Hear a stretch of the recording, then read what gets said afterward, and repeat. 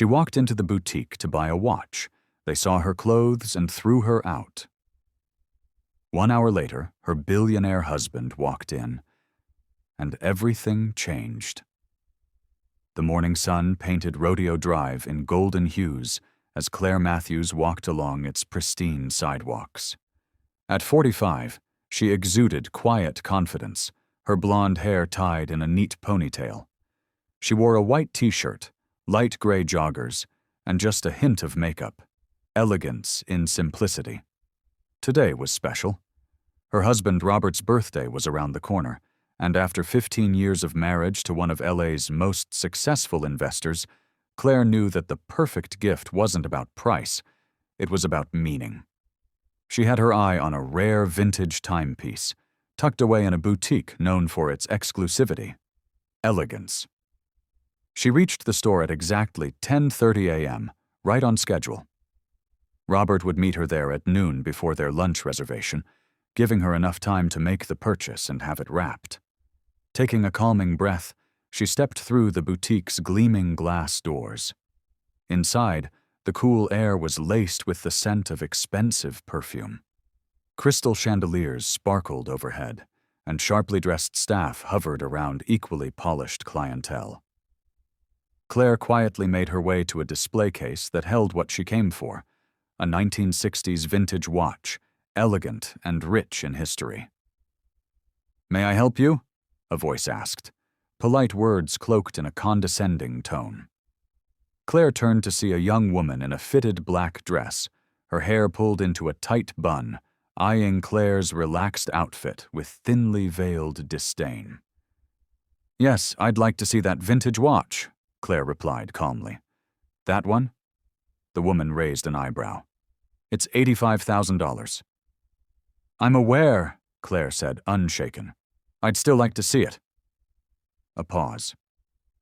Then, reluctantly, the saleswoman unlocked the display, sliding the watch toward Clare as if expecting her to snatch it and bolt. Her movements were exaggerated, her distance from Clare deliberate. "This is a limited edition," she said, her voice thick with skepticism.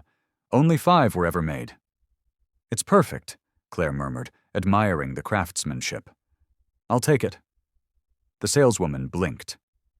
"You'll take it?" Her voice dripped disbelief. "Perhaps you'd like to go over financing options?" "That won't be necessary," Clare replied evenly.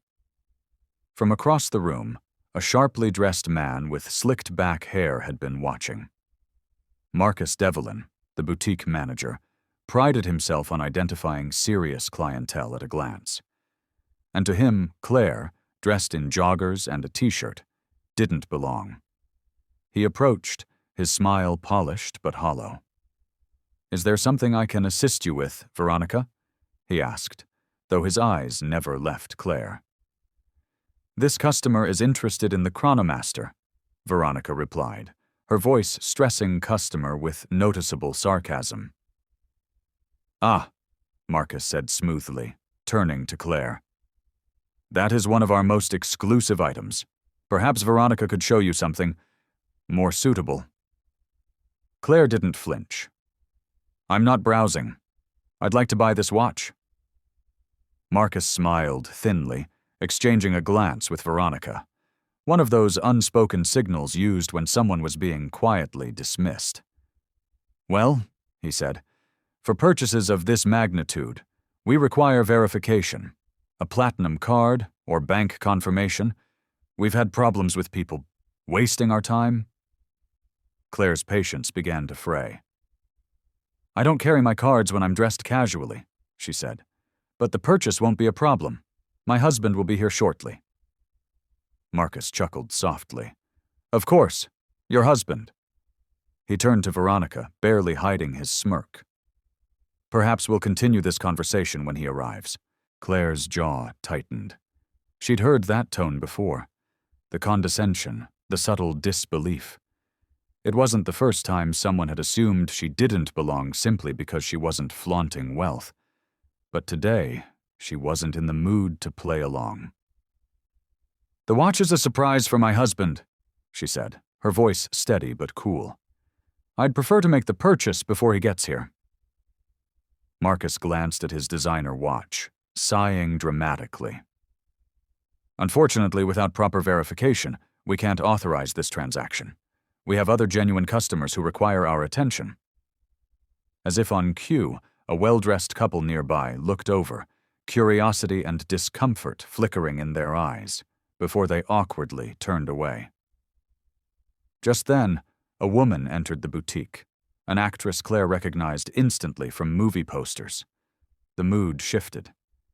Marcus lit up like a spotlight had hit him. "Ms. Reynolds, what an honor," he gushed, hurrying toward the celebrity. "Veronica, perhaps you could redirect this customer to our sales section."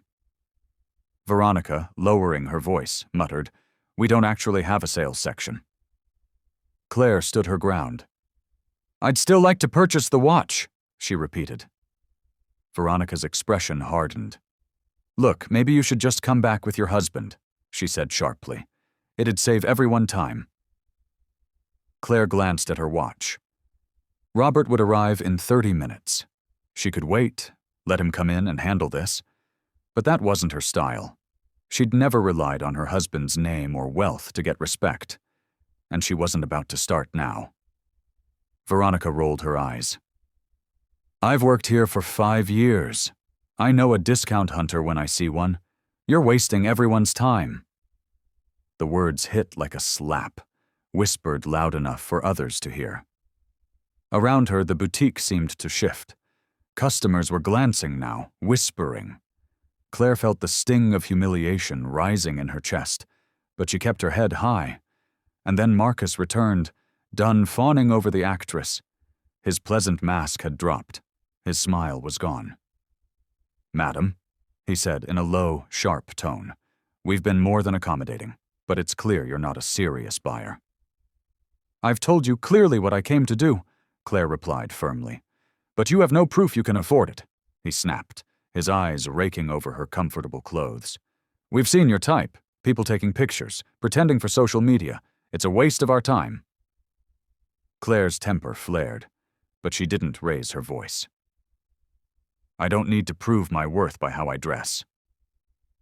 That was the final straw. "Enough," Marcus barked. "I'm asking you to leave." "Excuse me?" Claire blinked, stunned. "You heard me," he said, stepping closer. "Either show verification or leave. We cater to a specific clientele, and you're disrupting the environment." The boutique fell into a hush. Everyone was watching now. Claire felt heat crawl up her neck, not from shame, but rage. "This is ridiculous," she said through clenched teeth. "I am a paying customer." "No," Marcus replied coldly. "You haven't paid for anything, and I doubt you can." He stepped into her space, gesturing to the door. "Leave, or I call security." Claire hesitated, then slowly stepped back. She looked him straight in the eye, her voice quiet but cutting. "The way you've treated me says more about you than it does about me." Marcus smiled, smug and small. "People like you don't belong here," he said, ushering her toward the exit. "Try the department stores downtown." At the door, he released her arm with a faint push, not violent, but firm enough to sting. The heavy glass door swung shut behind her with a final click. Claire stood in the sunlight, blinking against the sudden glare, her heartbeat pounding.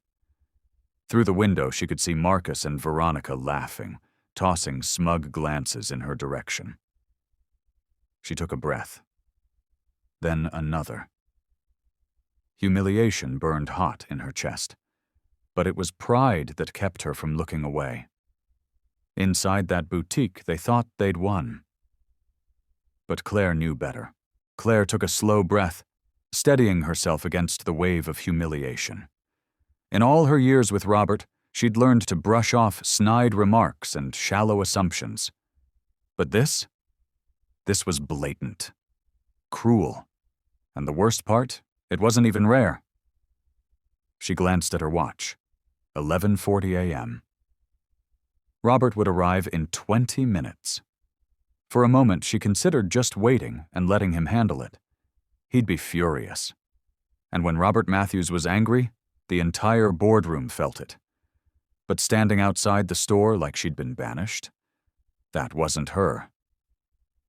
She turned away and walked down the block, needing space, needing to breathe, not for the store's sake, but for her own.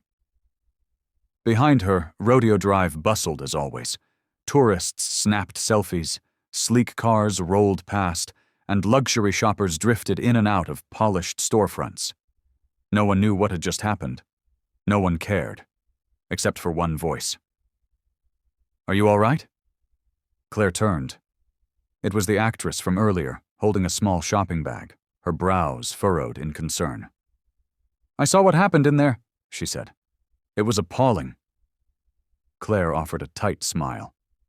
"Thank you, I'm fine. Just surprised how fast people judge." The woman nodded, sympathy in her eyes. "You deserve better." Moments later, her driver guided her into a sleek town car, leaving Claire alone again on the sidewalk, calmer now, but still burning. Just down the block, a black SUV rolled to a smooth stop in front of Elegance. The vehicle's sleek exterior reflected the high-end world it had entered. Inside, Robert Matthews straightened his designer tie and checked his reflection in the tinted glass. He was a man of quiet power. At 48, his streaks of gray gave him an edge of distinction. His navy suit fit like it had been sewn just for him, because it had. Every detail was intentional, efficient, controlled, just like the empire he'd built. "Wait here, James," he told his driver as he stepped out. "We won't be long." Robert scanned the boutique entrance, expecting to see Claire waiting with a shopping bag, maybe smiling, ready to surprise him with whatever thoughtful gift she'd chosen. But she wasn't there. No sign of her at all. Then, a voice. "Excuse me," a woman said softly. "Are you Robert Matthews?" He turned, instantly alert. "I just wanted to let you know," she continued. "Your wife was asked to leave that store." She nodded toward Elegance, her voice hushed. "The way they treated her, it was disgraceful. She walked that way, I think." Robert's jaw clenched. "Thank you," he said, his voice tight and low. The woman gave a small nod and moved on. Robert pulled out his phone, thumb hovering over Claire's name. He almost called, but stopped himself. Instead, he tapped out a quick text to his assistant. "Reshed my 2 p.m. Something came up." The reply was instant. "Done. Everything okay?" "Will be." Robert looked through the boutique's gleaming windows, and what he saw told him everything. Inside, the manager, likely Marcus, stood laughing with 2 staff members. Their body language, the self-satisfied smiles, the smug posturing, it all clicked. Then he saw her. Claire was walking back down the sidewalk. Her stride was composed, her chin high, but her eyes told him what she'd been through. And when their gazes met, he didn't need words. She was trying to protect his day, trying not to make a scene. But Robert Matthews had no intention of letting this slide. "Hey," Claire said gently, reaching him. "I was just taking a walk. How was your morning?" Robert studied her face. After 15 years, he could read the small tells, the forced calm, the glint of hurt. "Someone told me what happened," he said softly. Claire exhaled. "It's nothing, Robert, just more people making assumptions based on appearances." His voice was calm, but steel ran through it. "It's not nothing." She reached for his arm, but he was already moving, heading straight for the boutique with purpose in every step. And behind him, Claire followed, knowing something was about to change. Inside Elegance, Marcus was in the middle of retelling his amusing little incident to Veronica and another sales associate. "The nerve," he scoffed, shaking his head. Comes in looking like she just rolled out of yoga class and wants to drop 85 grand? Please. Veronica laughed, a sharp sound. Maybe she thought she was in a thrift store. They didn't see the door open, but they felt the shift. The quiet laughter faded as Robert Matthews stepped into the boutique. Even if you didn't know his name, you knew what he was. Power followed him in like a shadow. The hush was instant. Customers and staff alike straightened, heads turned. Marcus, professional smile snapping into place like a mask, stepped forward. Good afternoon, sir. Welcome to Elegance. How may we assist you today? Robert didn't respond right away. His gaze moved slowly across the boutique, studying it, judging it, the same way its staff had judged his wife. Then his eyes landed on Marcus. I believe, Robert said coolly, you just threw my wife out of this store. Marcus froze. Behind Robert, Clare stepped inside. Recognition hit the room like a lightning bolt. Whispered gasps rippled through the boutique. Clare Matthews, Robert Matthews, the billionaire couple. Veronica's face drained of color. The third staff member slowly backed away, like they wanted no part of what was coming next. Mr. Matthews, Marcus stammered, there's been a terrible misunderstanding. Has there?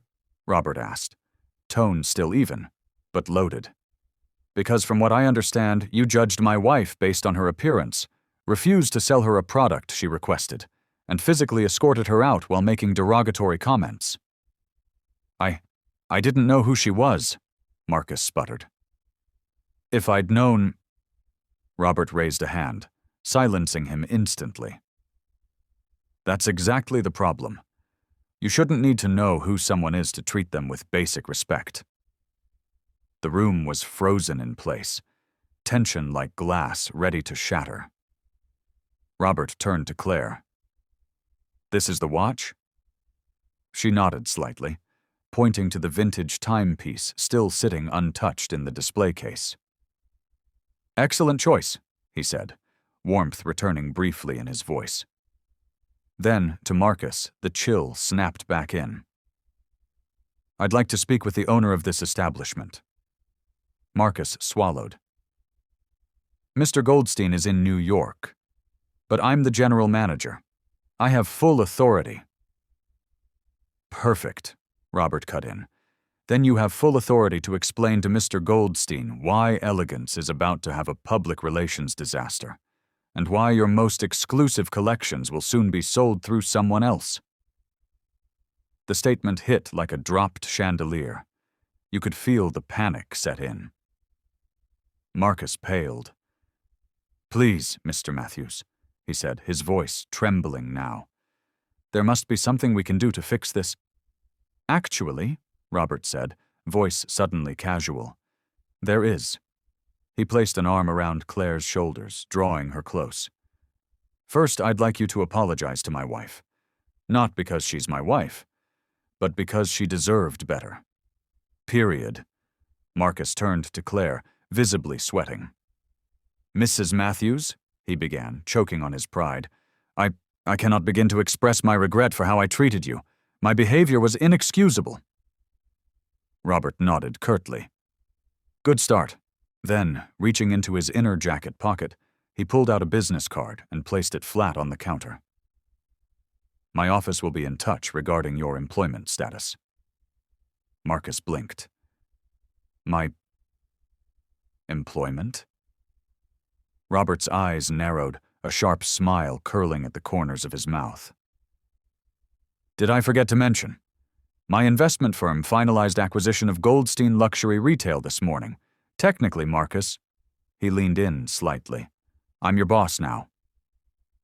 Another gasp. Veronica looked like she might actually faint. But Robert wasn't finished. And rather than fire you outright, he continued, I've decided to try something different. He glanced at Clare, her expression unreadable. Elegance will be launching a new initiative, sensitivity training, unconscious bias education, equitable customer service standards. And my wife, he looked to Clare, has agreed to help lead its development. Clare raised an eyebrow. She hadn't, but the look on Robert's face told her this wasn't just vengeance. It was a statement, a shift. She gave a slow nod. Glad to help. Robert turned back to Marcus. Your alternative is immediate resignation. Marcus's mouth opened, then closed. I would appreciate the chance to improve, sir. Excellent, Robert said, checking his watch. Training starts next week. Now, he gestured towards the watch. Wrap that up, would you? We have a lunch reservation. Marcus, hands trembling, completed the transaction. The same hands that had shoved Clare out now carefully wrapped her purchase in the finest packaging the boutique had. The entire store watched in stunned silence as the Matthews couple turned and exited Elegance, side by side, heads high. Behind them, the whispers erupted like wildfire. Outside on Rodeo Drive, the sunlight felt different now. No longer harsh, no longer exposing. As Clare and Robert walked away from Elegance, heads turned. Not because of her joggers or his tailored suit, but because of what had just unfolded. Whispers trailed behind them like echoes. Clare held the small boutique bag in one hand, the weight of the watch inside feeling far lighter than the weight she'd carried out earlier. Her other hand was wrapped in Robert's, strong and steady. They didn't say much as they walked. They didn't need to. Lunch was at a quiet corner table in their favorite restaurant. Elegant, intimate, nothing flashy. Just the two of them. Their favorite kind of moment.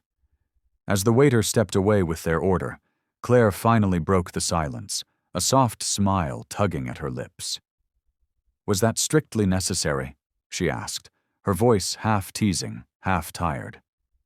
Robert met her gaze, his expression unwavering. Absolutely. Not because you're my wife, but because no one deserves to be treated that way. Not anywhere. And especially not by someone selling watches behind glass. Clare's smile deepened, a mix of pride and something else. A sense of being seen, heard, valued, not just in marriage, but as a person. She glanced down at the wrapped package on the table. The watch was beautiful, yes. Rare, yes. But it had never really been about the gift. It was about the thought behind it, the story, the heart. And in that moment, over a shared meal and stolen glances, they knew something unspoken had shifted. Not just in that boutique, but in every room that now whispered their story. Because word would spread. The tale of the woman judged for her joggers and the husband who turned a power play into a lesson in dignity.